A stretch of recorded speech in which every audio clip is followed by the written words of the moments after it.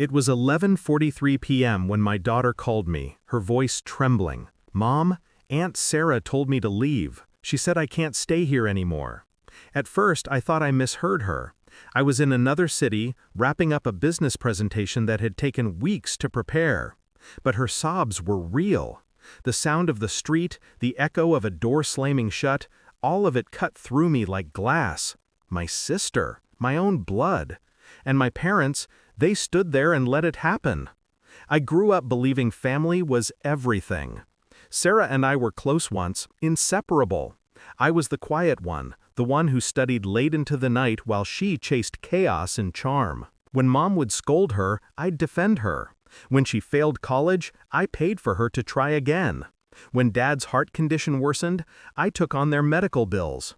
I paid the property taxes, the utilities, even their grocery deliveries. "You've always been the responsible one," Mom would say. It used to sound like praise. Now it feels like a curse. After my divorce, I moved closer to them. I wanted my daughter, Maya, to know family warmth. I thought she'd be safe there when I traveled. I was wrong. It started small. Sarah's tone, colder than usual. Her jokes, barbed. "Must be nice," she'd say, "having a fancy job while others stay home." I brushed it off. I thought it was envy, not venom. Then I noticed how my mother began to echo her words. Subtle things.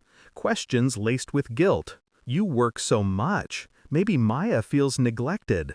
They said it enough times, I started to believe it. Until that night.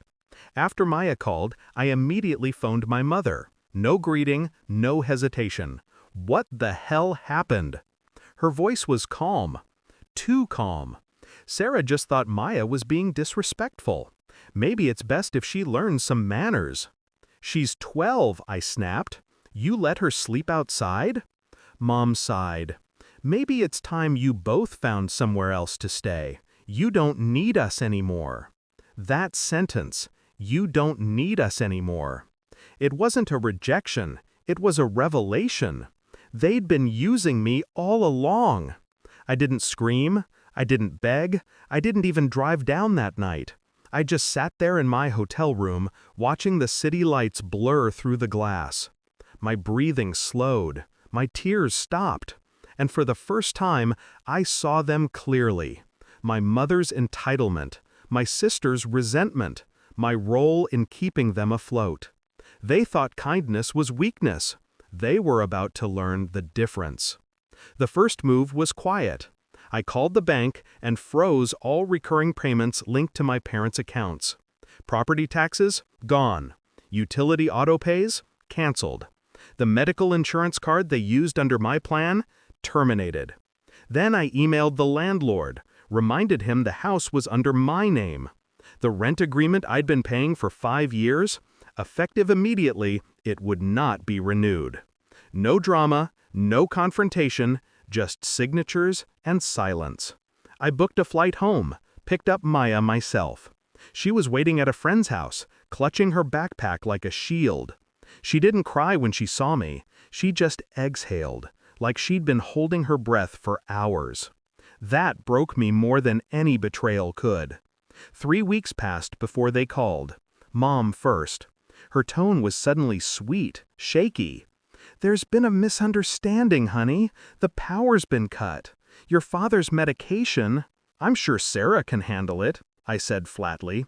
"You said I wasn't needed." Then I hung up. Sarah called 2 days later, angry this time. "You can't just abandon us." I laughed quietly. "You abandoned a child, Sarah. I'm just returning the favor." Click. Word spread through the family.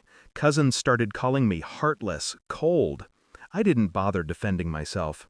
People love drama until they see the receipts. Eventually, the landlord called too. Eviction notice sent. My parents had 30 days to vacate. I didn't celebrate. I didn't even smile. Justice doesn't always feel like victory. Sometimes it just feels necessary. Weeks later, I saw Sarah at the supermarket. Her hair unkempt, her eyes hollow. She avoided me at first, then walked over, her pride hanging by a thread. "You really did it, huh?" she said, voice trembling. I did what you taught me, I replied. I stopped being needed. Her lips parted, but no words came. Just silence, the kind that says everything. Sometimes, at night, I still think about the way Maya looked that evening, standing outside with her small suitcase, street lights glinting off her tears. That image keeps me anchored. I teach her now that family isn't defined by blood, it's defined by boundaries. People like my sister and mother don't destroy you in one blow.